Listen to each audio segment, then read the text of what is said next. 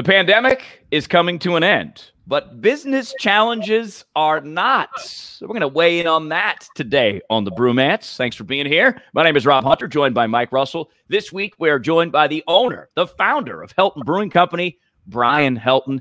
He's been on the podcast and on the radio show multiple times. Brian, it is good to see you. We have grabbed a growler of one of your newest creations. Mike, what is it we're drinking this week? This is, I think I'm getting this right, Spaced Out IPA, right, Brian?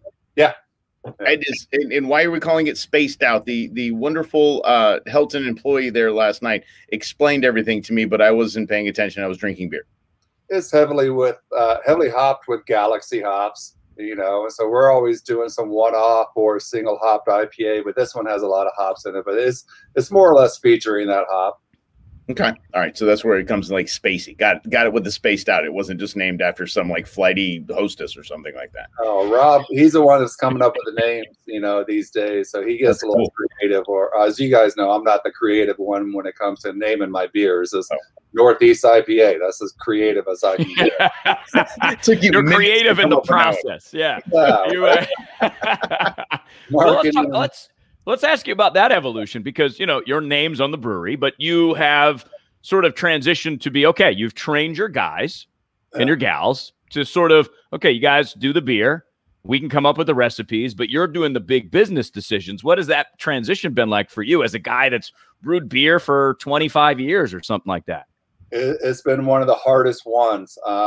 We just talked, prior to going live about mentorship, and Clay Robinson of Sun King is, of course, a good mentor, good friend, known him for over 20 years. And he told me, and told Rob, my brewer, that, you're going to be the face of the company, and you're going to have to do that transition of the daily activities of brewing and move over to running the business. And it was hard. I knew it was coming. Michael from Mother Road kind of gave me the same speech. But it's part of the evolution of the decision I made to open up my own brewery. As you guys know, gosh, I put an apartment in there. I was living there for 14 months of the year. You brew the beer, but then, you do all the other activities, but you get to a certain point that running the business is a necessity that cannot be ignored. You cannot do everything. Mm-hmm. But, I'm fortunate that I have a great brew team now that I rely on and I trust, and they have the same QA/QC standards and cleaning procedures, and that has made it easier. If I didn't have that, I don't think I could have made that transition. I think I would still be stubborn and be trying to do it all and living at the brewery still, But because of that, we're able to kind of move along.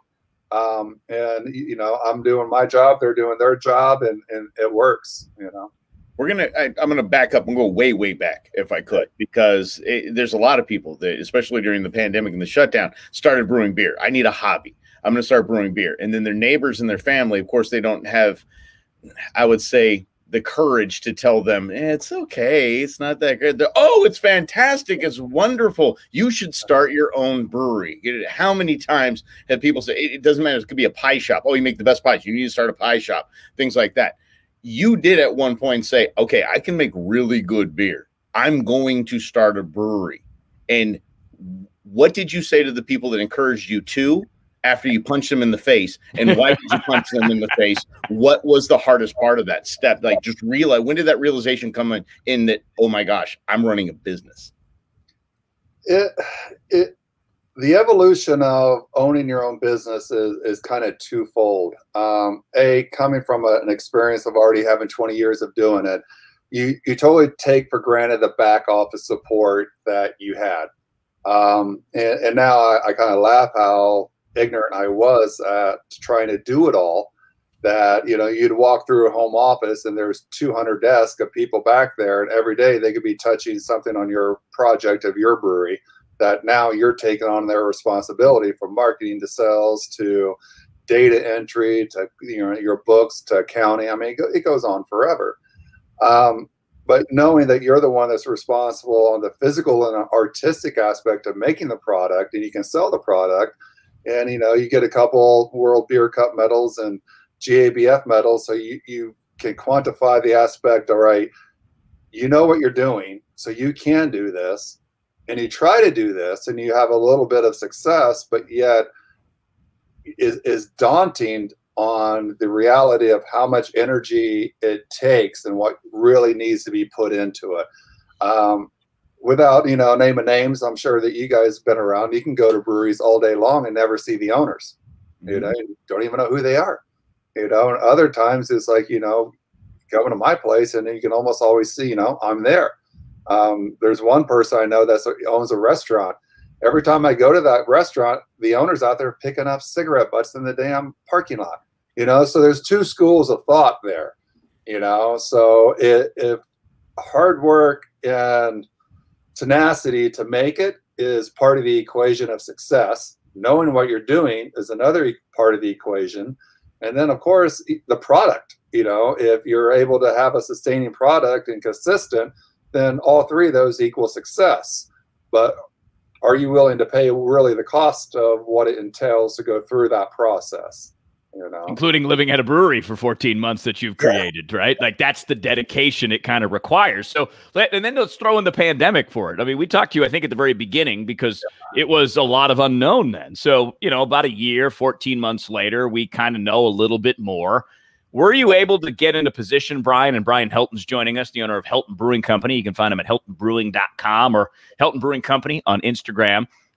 If you go back to the year ago, 14 months ago, as the pandemic was getting up, were you getting going? Were you in that position that you were just talking about? Were you able to say, okay, now I've trained my team so well, so I can make these big level decisions about when we should open, getting to-go orders ready, getting supplies, or was that something you had to adapt on the fly?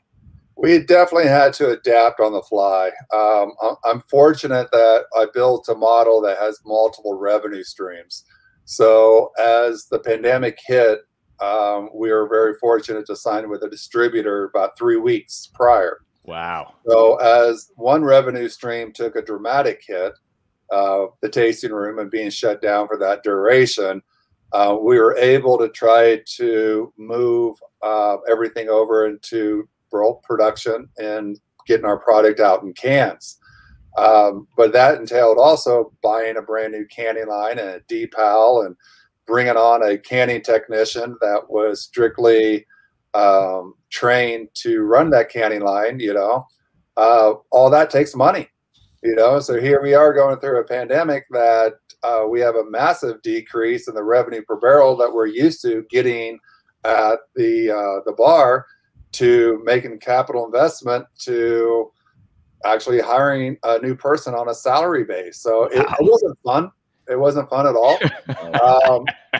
But you talked about people wanting to get into this industry, and you have to be a gambler.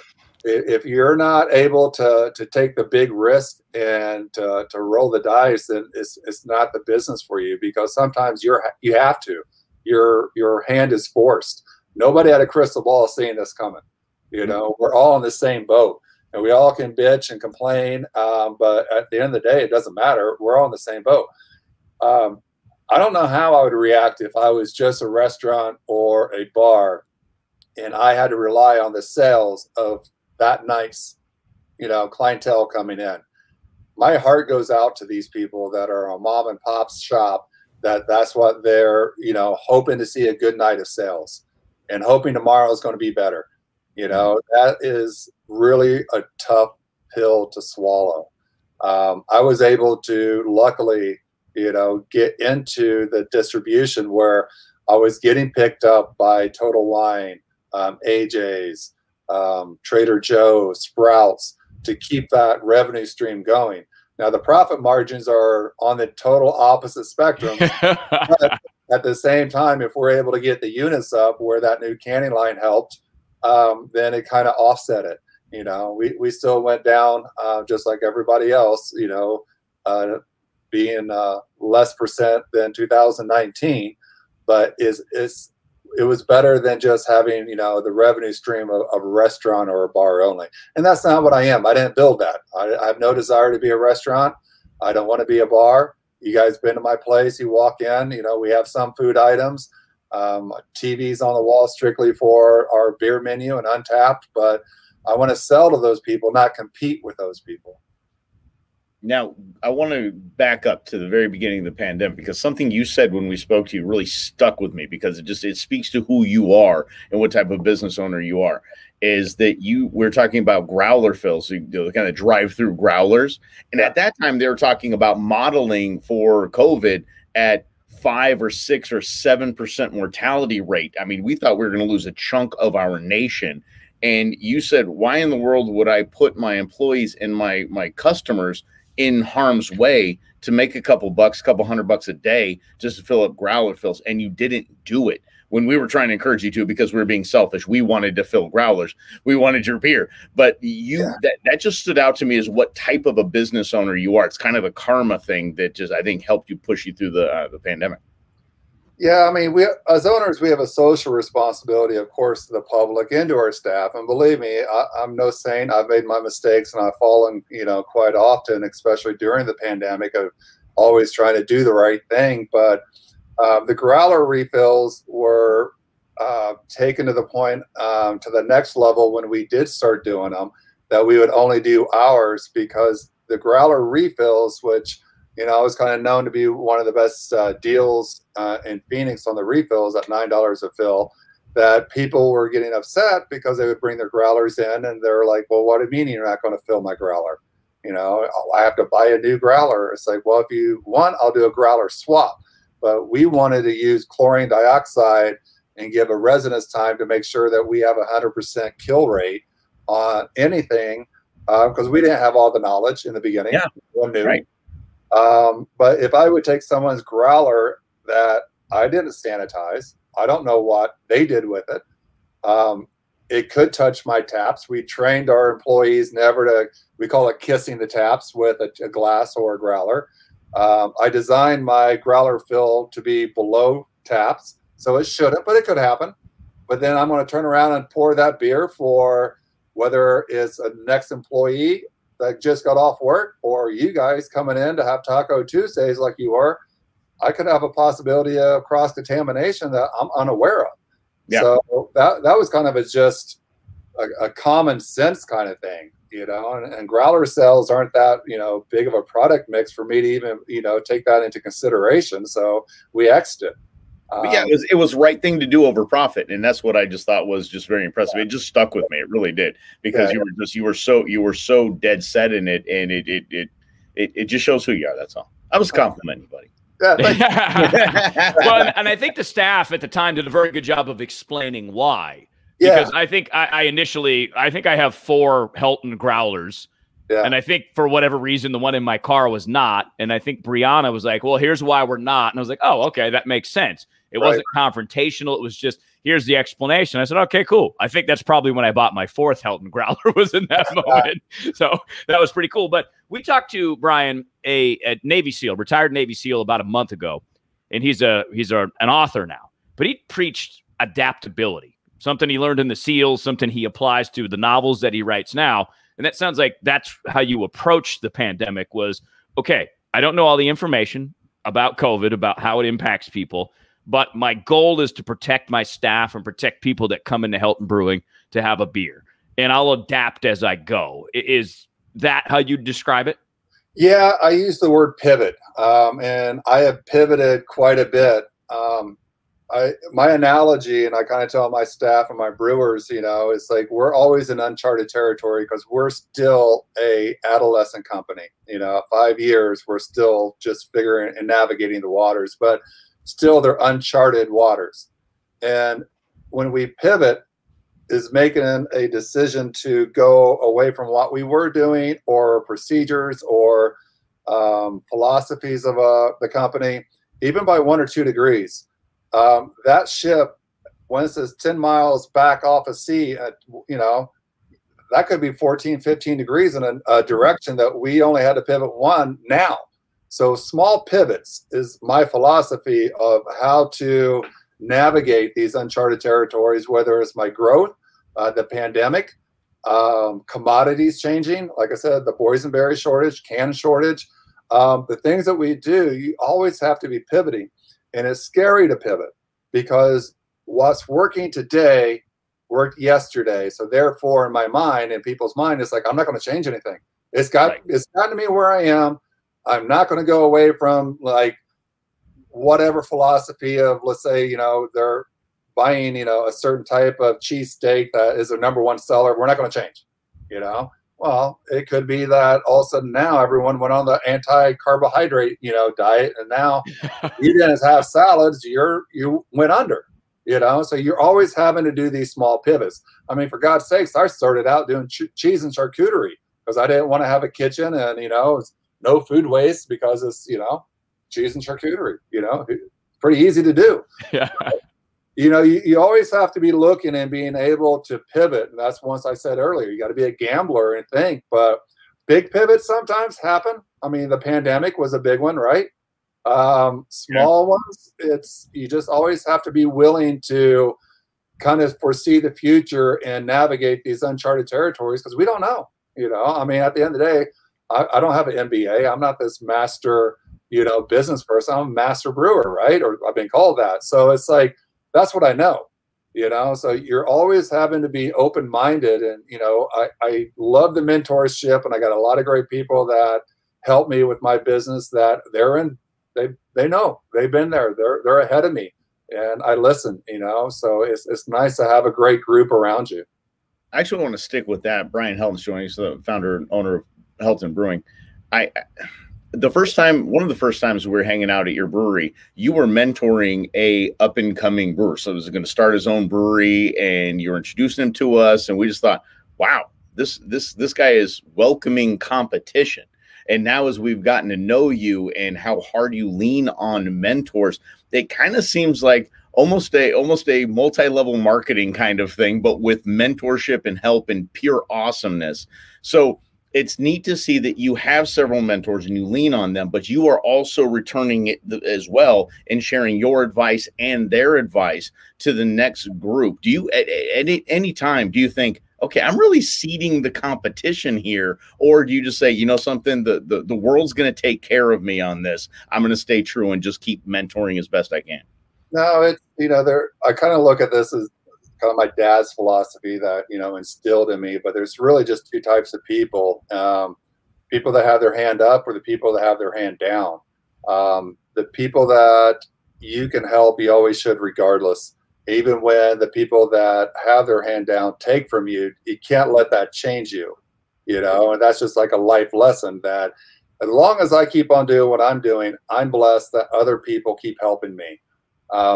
When I built that brewery, for people that don't know, I bought the building, and we literally built that. You know, from tearing down barns in Indiana to building the bar ourselves and the table.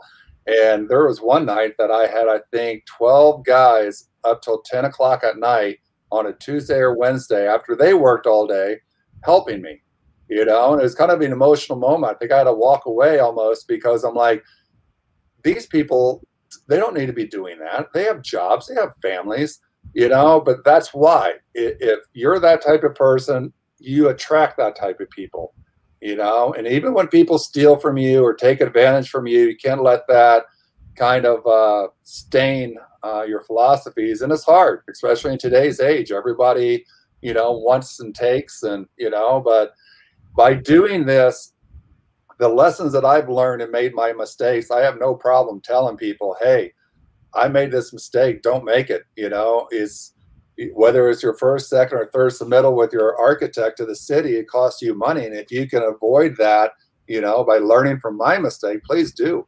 In this industry, it's not very competitive like people might think. Now, the sales guys, of course, they would, you know, disagree, but I don't have one, nor am I capability of getting into that point where we're looking at competition on the store shelves. But if we're all making better beer, then that whole area. Did I lose you guys? No, they're still here. Yep. Okay. We're here. There we go. Then what happens is that area becomes known as more of good beer. Look at San Diego, look at Portland, look at Denver, you know, look at the East Coast on the Northeast. It's because of that. A lot of guys work with each other. Assistants move on to open up their breweries. So if we have a team, so to speak, philosophy that we're all trying to make each other a better, our craft, then we all benefit.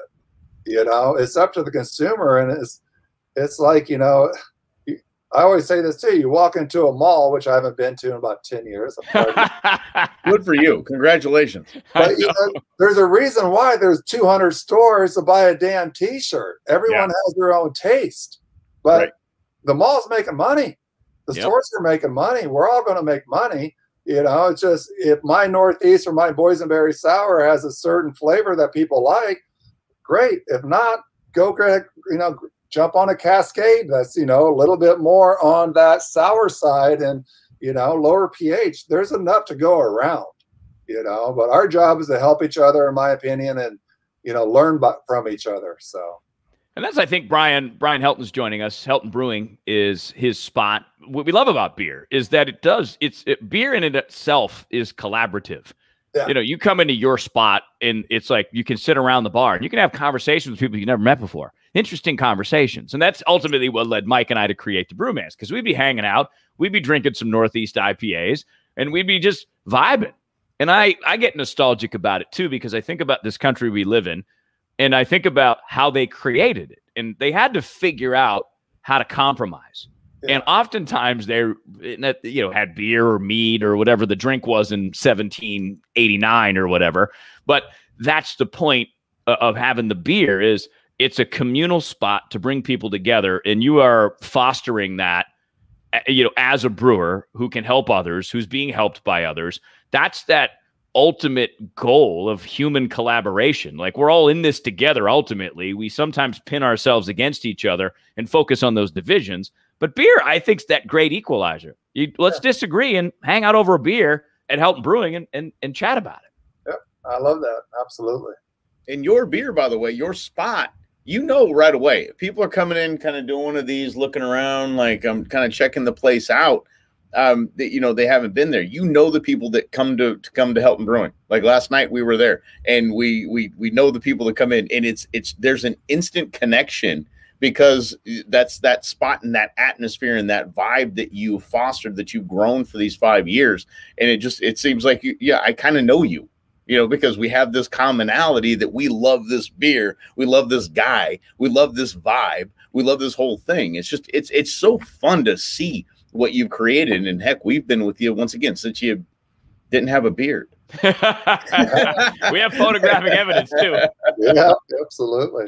Yeah, there's sometimes I walk out and I get kind of proud that I built a place that there's a huge array of different people in there. I mean, there are certain bars and restaurants you go to, and that you walk in and all the guys are wearing their football jerseys and they're going to have wings and they're drinking a bunch of Bud Light, and it's going to be a sports bar environment, right? Yeah. And other places, you go to where you're like, wait a minute, I'm in T-shirts and my boots. I'm not going to probably feel very comfortable in this restaurant. My place, sometimes I'll walk in and I'll see, from the beer geeks to the young millennials to the bikers to people that just got done running, 6K, and they're all sweaty in their running gear. It's a mix of everybody, and I love that. And it kind of makes me smile sometimes, because we're not known as anything. So therefore, it's just that open environment where everybody kind of feels comfortable. And I like that. I really do. Let's go back to the beginning, because there's a conversation. When we first met Brian, we actually just got some Brewmance hats. So Helton Brewing was the central location for Mike and our friend Jordan and me to meet. So we go and we're hanging out, and all of a sudden, here comes Brian Helton. He says, "Who are you guys? What is this Brewmance?" So we had an exchange about the Brewmance. And I remember I asked you, Brian, I said, "Are you one of the owners?" And you said, "Yeah." But you never said your last name, because obviously we're at Helton Brewing. But you were so humble and so welcoming. That's like, we had like an instant kind of connection from that moment. And we've obviously been rooting for you since. But I want to bring up what you told us about the building, because you gave us a tour and you said you specifically bought a bigger building with a vision in mind of how you were going to expand and bring it into today. And Mike and I were in there, and I don't know, it's been a couple months since we've been in there, whatever. And the canning line's in there now. So because you thought ahead, you bought a bigger building that can adapt to have the canning line. So walk us through the vision in thinking about moment one, going big or going home. Is going back to your gambling thing, Brian. You gambled at the beginning. And if you're watching on YouTube here and social media, I'm going to duck off here because I have to pour another spaced out IPA because I'm out of this one. So continue, Brian. I want to hear the vision, buddy. I'm listening, but I'm pouring a growler in as we're doing this here. Here we go. All right, that sounds great. Well, let's go back to what we were talking about earlier, you know, with the mentors and, you know, being in the industry and sharing information. It's well known that if you're going to buy a building, which I never wanted to lease, I never wanted to be in a strip mall. Phoenix is strip mall hell. It really is. Coast. I just don't feel like it needs to be in a, you know, I didn't like that vibe. But you always want to buy the biggest building you can because you're going to need it. Everyone tells you, you know, you're just going to need it. If you're going to go in packaging, dry goods are going to take so much of your space. Get the biggest building you possibly can afford and work it from there. Because if you have to move everything, like Steve McFate, he was a great one that told me the same thing. Look how successful McFate Brewing was in Scottsdale on Shea. Within a first year, you know, if you guys remember when you walked in there, the brewery was a little bitty like off to the left under the glass, and the place was so successful and welcome that now you have to put a new facility in. Well, that takes money, you know, and the big corporations and the big, you know, block stores, they can do it. But as a brewery, it's like the architect fees, the engineering fees, all your permits, all that's just, you know, if you can avoid it or just do it once, then you're better off. It's kind of a smarter business decision to buy and not lease, or to do a bunch of different units, you know. You have to make that decision. Do you want to do a bunch of units and have that concept of spoken wheel? I didn't. You know, I wanted just to go into production, one unit. I have no desire to open up multiple locations. A lot of people do. There's money there. But at the end, I'm building a brand. I'm building a product. I'm not going after just the almighty dollars on a daily basis of like, I want to have 6 units all spread out over Phoenix. And, you know, that's not my model. The model is what you guys are drinking. You know, it's the craft, it's the beer. And Phoenix has a couple large breweries, but we definitely have more brew pubs that have that, you know, smaller footprint for a brewery and a full-on menu. That's just an environment that I decided not to go in because I've been doing that for 20 years prior. I knew that's not what I wanted, you know. So of course, buying a building that we can grow into and sticking to that is kind of where, you know, and I'm kind of glad, you know, like I said, through the whole COVID thing, just relying on daily sales, people coming in, it really did make my heart break for some of these people that are out there, you know, and what they're dealing with. So it's been a gamble that so far has been good to me. Again, I'll tell you, Brian Helton, that something you said early on in our friendship stuck with me that was super impressive, is that you said that when you were trying to get bank loans, were investor loans, they were asking you, what's your end game? What's your exit strategy? And you said, I won't forget it because it was impactful to me. You said, I don't have one. This is what I want to do. If I die in the back near the tanks, good life I've lived, kind of thing. And I just, are you still sticking with that? Is this just it? We've got Helton for a long time. Once again, I'm being selfish. So you're just going to keep going until you drop. Yeah, no, there's the end game is, you know, it's been my life. It's what I've been doing. I have no desire to kind of branch out and start out anything new, or, you know, like I said, it's not like my background is MBA and I'm just worried about EBITDA and bottom line and getting this so I could sell it and make money and start making, you know, fiberglass to make truck caps, because apparently there's a market for that. There is. You know, but I think there's a lot of venture capitalists and business and entrepreneurs, and that's what they do. They start companies, they get them off the ground, and they sell them, and they move on, and they keep doing it, you know. But I'm not saying that that's right or wrong, but there's kind of an emptied life, so to speak, compared to building a brand and building a company. And I think that's where I'm at this level of being excited to see if I can, you know, actually do that. know I can make beer. All right, now can I actually brand and build a company and kind of make it to is sustainable through no matter what kind of economic diversity that we face, and keep, you know, to the current trends of the market and make good beer. So, but yeah. Sounds easy. No, it doesn't sound easy at all. You have made it look easy. I'm not lying. You have made it look easy. You have, and that's, but I'm taking notes here because you're giving so many interesting, awesome nuggets as you are mentoring, obviously, Mike and myself. And if you're listening right now, I hope you're taking notes too, and hope you're listening to what Brian says, because he's a guy that's been in the fire, so to speak, and has adapted and learned, and he's given like gold right now. So Brian, appreciate that.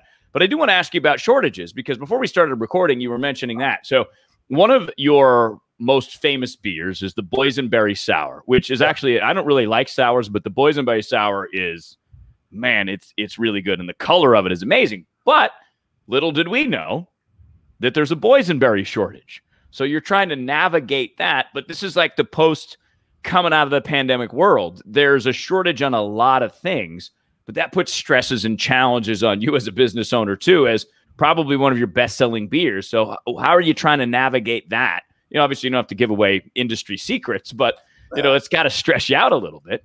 Yeah, I mean, at the end of the day, you know, we're still dealing with a commodity-based industry where the barley, the wheat, the hops, fruit adjuncts, let's say, is what we're purchasing to make our products. So when there is a disruption in the supply chain, whether it's, in my case, currently the boysenberry shortage, which is worldwide, whether it's the Northwest or New Zealand even, all the way to the can shortage when actually COVID happened, and you even have the big boys like Budweiser having an issue on 12-ounce aluminum cans.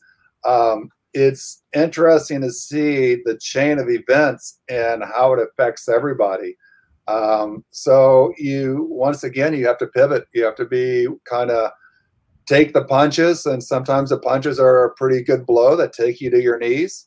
You just get back up and, you know, keep swinging.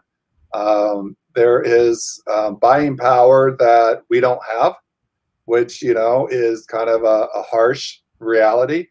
But that's just the way business is. But yeah, we're doing our best to make the changes. As of right now, we haven't had to change our recipe or the supplier. It's all right. It's coming around, and what are we going to do about it?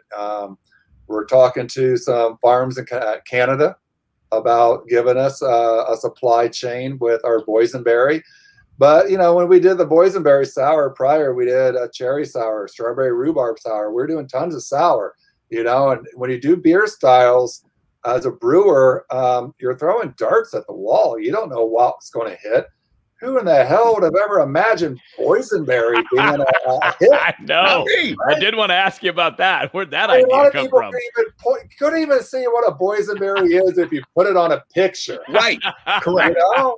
Put it in front of me. I won't know what it is for sure. So here I am. You know, now it's a good flagship beer of ours, and it's like, yeah, it's just what it is. And now, what will the consumer deal with if we have to get to a scenario where we're having to take it off store shelves for 1 week, then it's back, or 2 weeks and it's back? We don't know, right? What is finicky about the beer industry is that when there is a change in supply, such as hops, you know, with powdery mildew or sunburn, or Citra had a hard year, they're not very forgiving. You know, like the wine industry, like we said, if you have a Pinot Noir and that vintage was not a good year for Pinot Noir, the wine industry is accepted with that. Your snobby ass wine people are accepted of that. You're like, oh, no worries. We'll wait till next year. You know, then we'll buy Pinot again. The beer industry, on the other hand, if you run out of your hop contract and you're not getting your Citra, they'll be the first to eat you up on social media, go, this beer is no longer juicy like it used to be. They must be holding back their dry hops. Screw that beer. And they blast it on social media.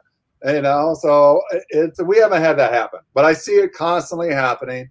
And you just really want to educate your people that, you know, we're really dealing with a commodity-based industry that we do not have control over that supply chain. Now we have control over hop contracts and the farms that we decide to work with. And there are some people that instead of utilizing Citra and getting the most out of the hops, well, shoot, they'll just add juice. And they try to make it like you don't even know the difference. So you're drinking juice in your beer because they can't get that Citra hop, or they can't get those aromas, or there's tons of things that happen that aren't in our control. That's our job, is to be consistent with that batch constantly, every single time. But when something happens like this, the wine industry, they're cool. They have, even though snobby wine people are cool and they understand. Beer people, no. Calm down, beer people. Calm down. It's going to be okay. I have a two-part question along those lines.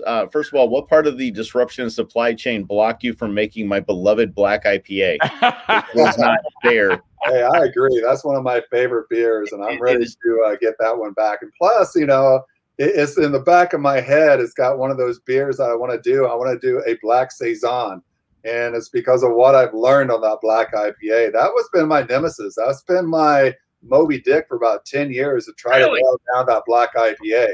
So I finally got where I like it.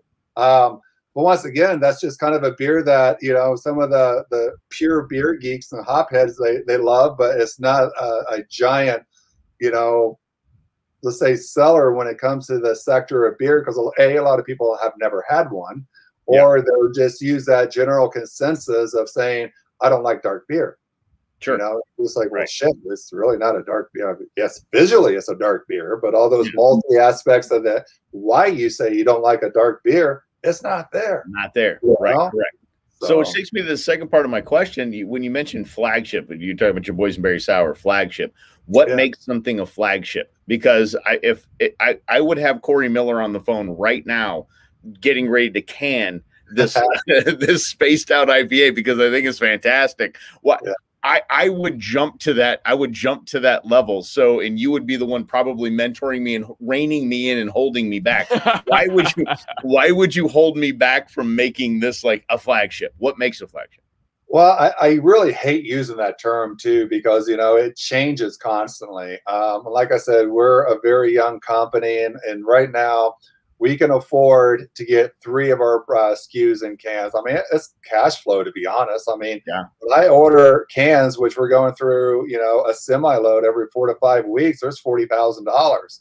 So for me to jump on and say, oh, I like, this new beer, or let's say my all-nighter, I would love to get that in cans. Oh, yes. We also have to think about, that $40,000 just sitting there until that beer sells. Is it going to sell a lot?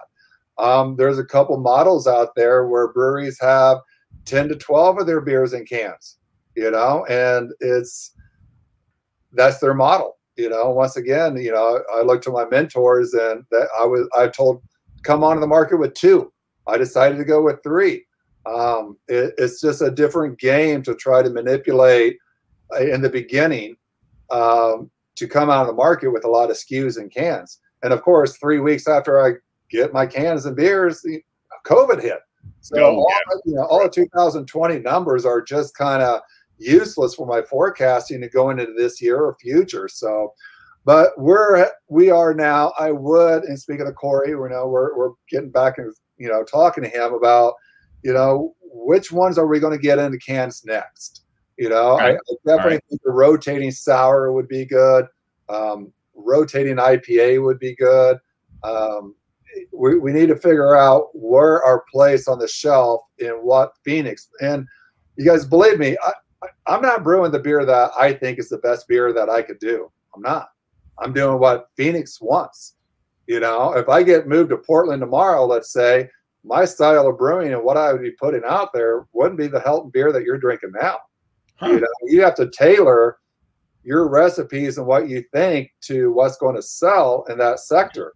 Okay. If I get moved to the East Coast and I'm brewing in Boston, shit, here comes the New England style IPA, not the Northeast IPA, but more of a multi-back IPA, because they would take this West Coast IPA and go, what the hell am I drinking? There's no malt backbone. I don't like this. And they're going to tear you up. So you have to be able to brew. This is a business where I think a lot of home brewers and everyone thinks like, oh, I got a great recipe, I'm going to brew beer.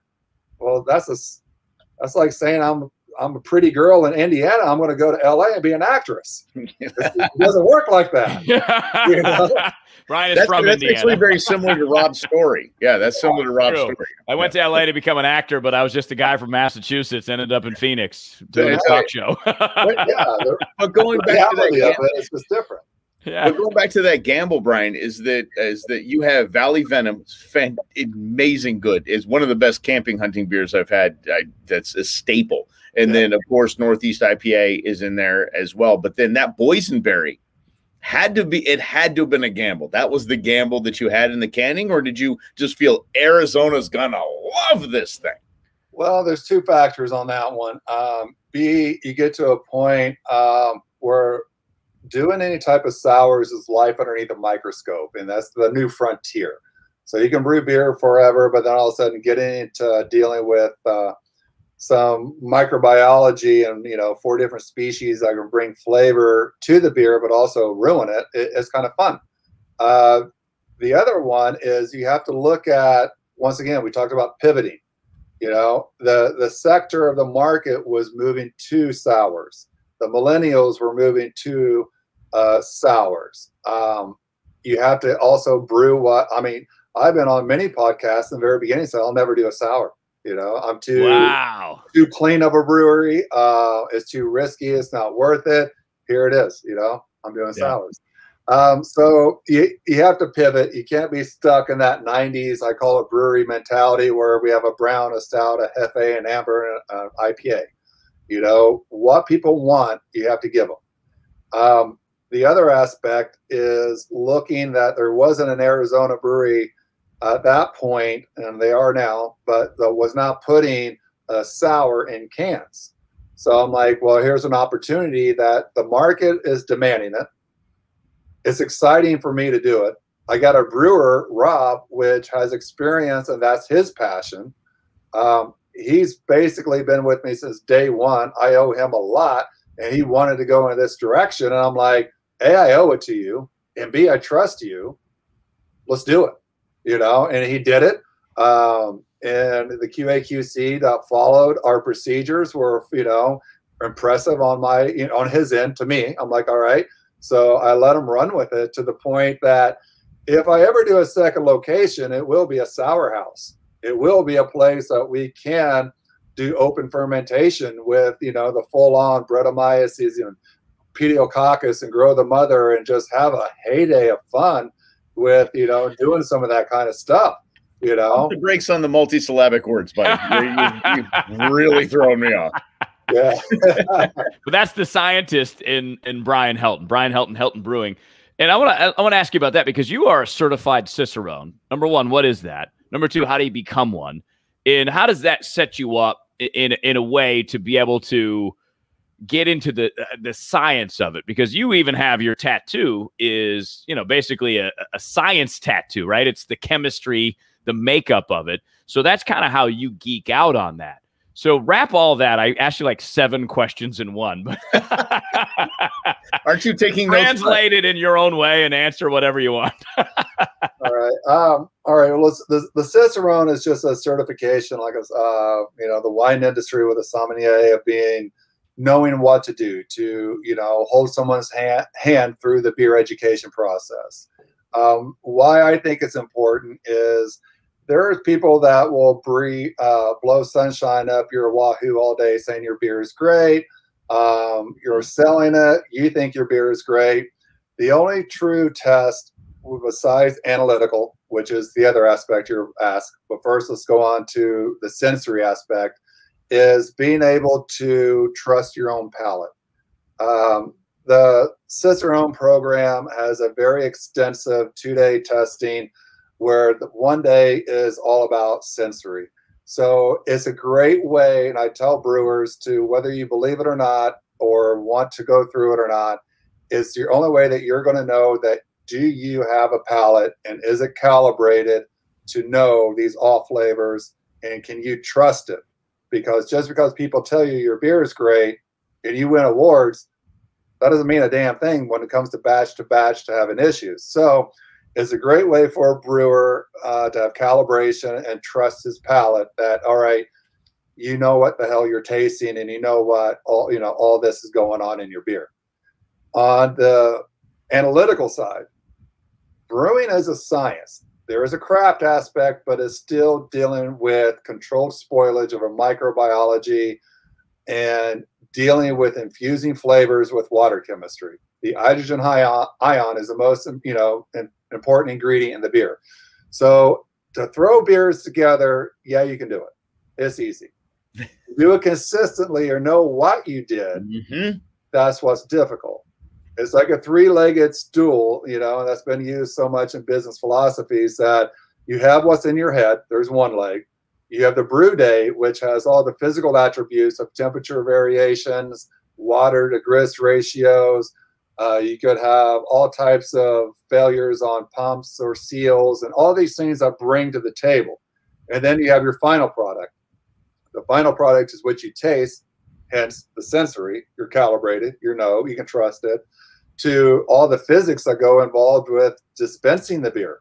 So throw it all together. That's the knowledge that you have to make the changes of why you don't like that beer or where you want to go, But if you're like, oh, well, I really don't know, so we're going to change X, Y, Z and see what happens next time.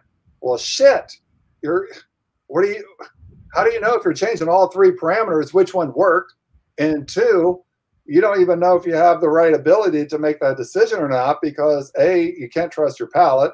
B, you're trusting Brew God or some type of computer program to do your, analytics on, or even dumber, you're not sending it off to a lab to get the analytical lab back from a lab to say, here's the real numbers on this batch. So you have to put it all three together to make that determination of the direction you want to go, that beer needs to go.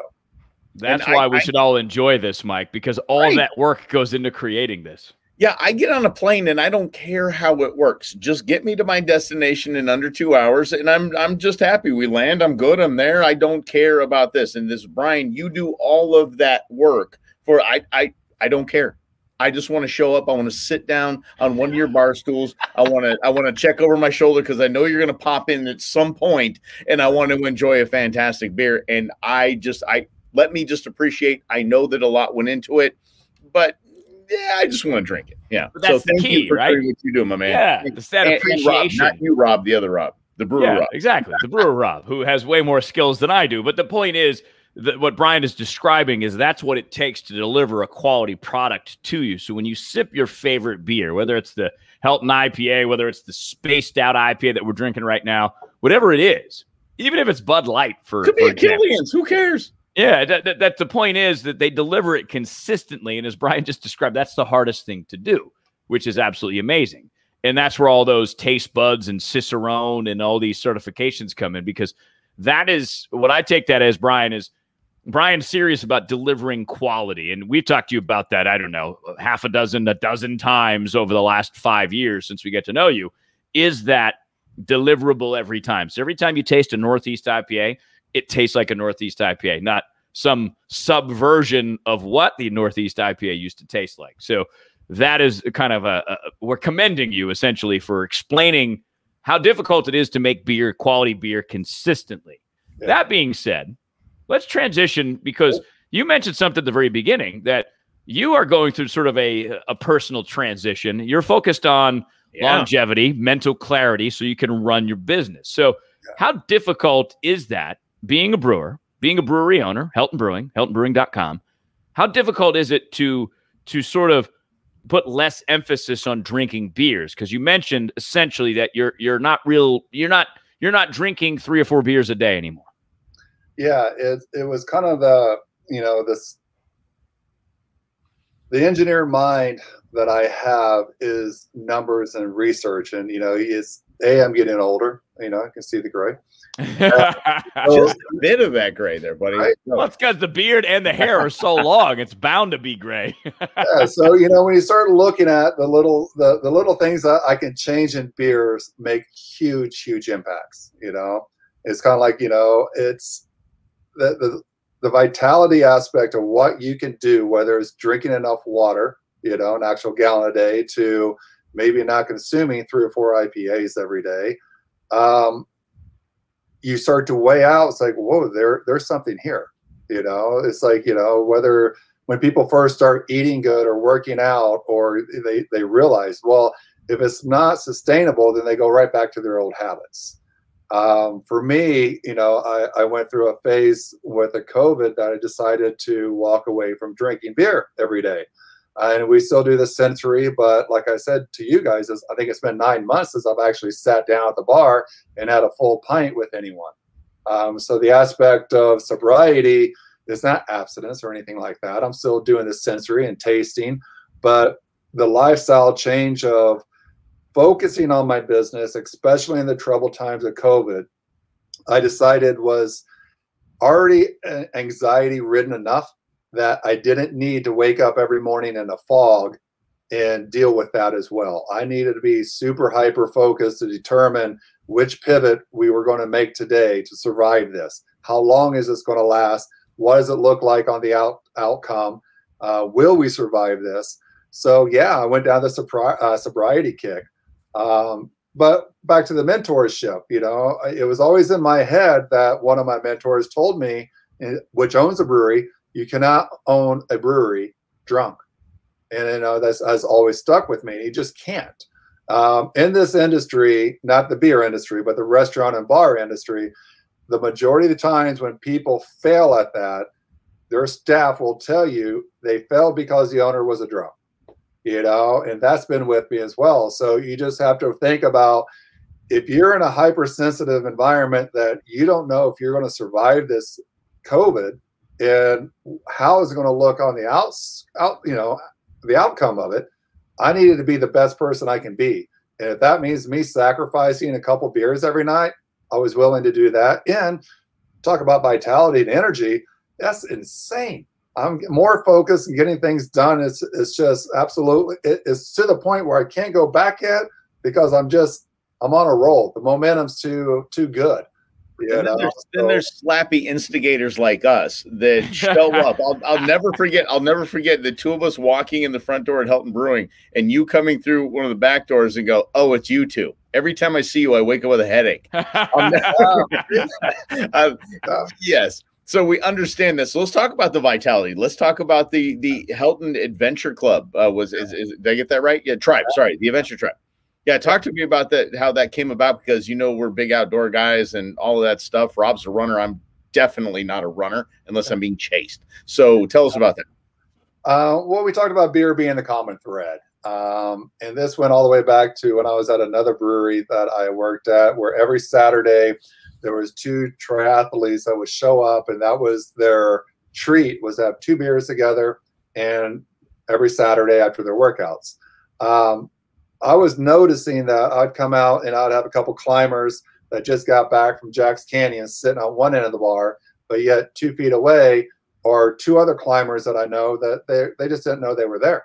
So I'd make the introduction and they would talk and have beers. Next weekend, they're climbing together.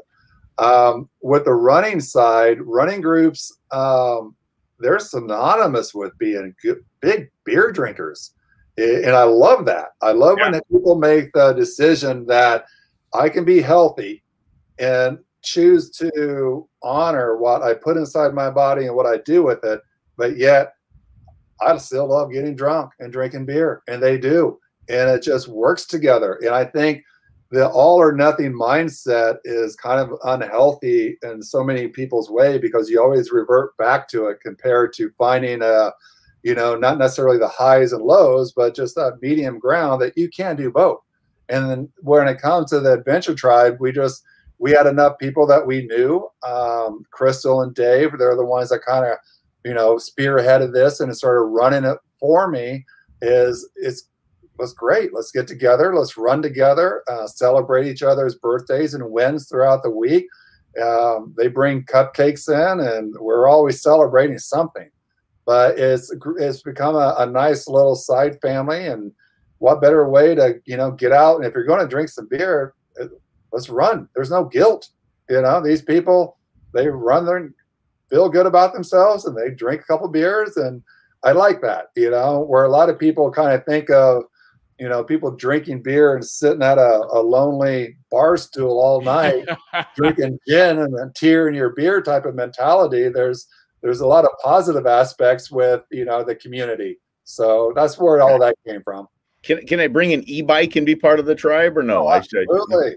Oh, okay, good. All right, yay. Put your Peloton in the corner while we run, and that'll be great. Yes. Yes. But I think that the important part too, Brian, is to celebrate the little things, the big things. It's to constantly, as a human being, if you celebrate those little things, whether it's a birthday, whether it's I just ran 5 miles for the first time, whether it is I just secured a Boysenberry contract with Canada. Oh, I'm working on a canning line through COVID. Those are the things that keep you motivated and keep you going and keep you trying to get to that next achievement. It's wallowing in the sorrow, like you said, the tear in the beer that can weigh you down. And it seems to us that you, Brian, have been able to do that over COVID, and this sort of mental clarity that you've had, and you're rolling on this wave is absolutely commendable. So I would encourage, if you're listening and you're not celebrating your little things, even if it's just getting a project in at work, celebrate it. Just celebrate it. Have a good time. There's nothing wrong with making a to-do list and the first item be make a to-do list. I swear there's absolutely zero wrong with that. I remember I think it was the Naval Academy that one of the admirals was giving the commencement speech, said, make your bed every day. That's your first accomplishment of the day. Yes. And Rob, a real quick question. You ran 5 miles today. Were you being chased? No, I didn't run 5 miles today. Oh, okay. You just did just did like a 20-minute workout. No, I ain't got time for those 5 milers right now. Time for that. Well, Brian, we've kept you for just about an hour, so we appreciate the time. Is there any final thoughts that you want to leave us with? Because, man, you've given us literally, like I said before, a ton of gold here. So if you're thinking about starting a business, if you are part of a business, Brian has given us so many things. Like I use my note cards, I have my questions, I got my notes. Yeah, you keep waving those things to look at those notes, bro. Well, I did it just good colors for Helton. So this is like the Boysenberry color right here, the Boysenberry Sour. And I don't know what the green is, just on top. All right. So, Brian, that question again, because I prolonged it. What else do you want to leave us with as you go actually about running your business? You know, and this is none of that hippy dippy yoga inspiring bullshit, you know, kind of thing. But, you know, I was thinking about it today that in this cancel culture that we have and how everyone can so easily voice their opinion, which is warranted, you know, we all have it. But don't forget just to be kind.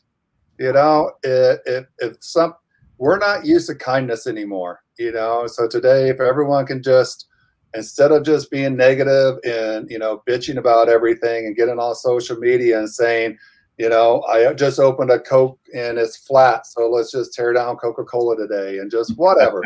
I think everyone has just gone so hyper in that direction that you're going to be amazed if you're just kind to someone, how far that might go today and how good it might make you feel. Because I think everyone just needs that right now. You know, everyone just needs to kind of take a step back and just be kind, you know. So keep fighting the fight, keep moving the movement, whichever direction everybody's going. But, you know, if you can just stop and just call a friend, be nice, help someone, open the damn door, you know, for someone with their hands full, just whatever it takes. But, you know, if we all do that today and tomorrow, I think we can just get off to feeling a little bit better about, you know, where we're at. Can I take that opportunity to be super nice right now? Because I want to review this beer. And I'm not kidding you. And I know you use that terrible term that I hate so much when it comes out of your mouth is one off. I hate that so much because I haven't had one of your beers that I did not like.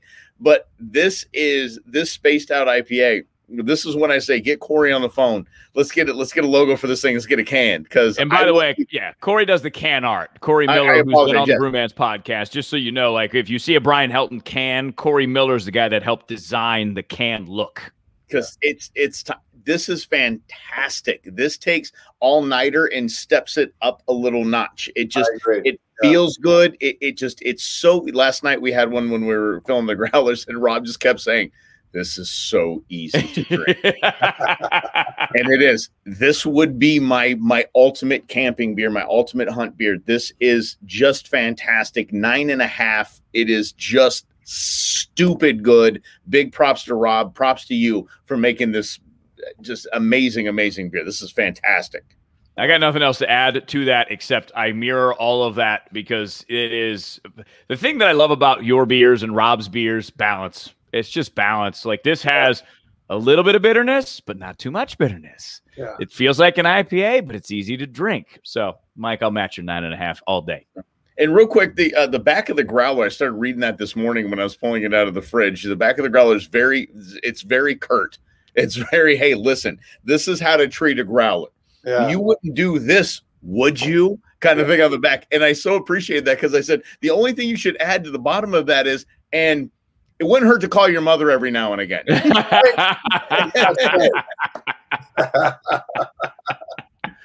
Brian, it has been an absolute pleasure. Appreciate you hanging out with us again. We look forward to the next time. And, of course, we'll be in the Helton Brewing location on Indian School Road in Phoenix once again soon. All right. Thank you, guys.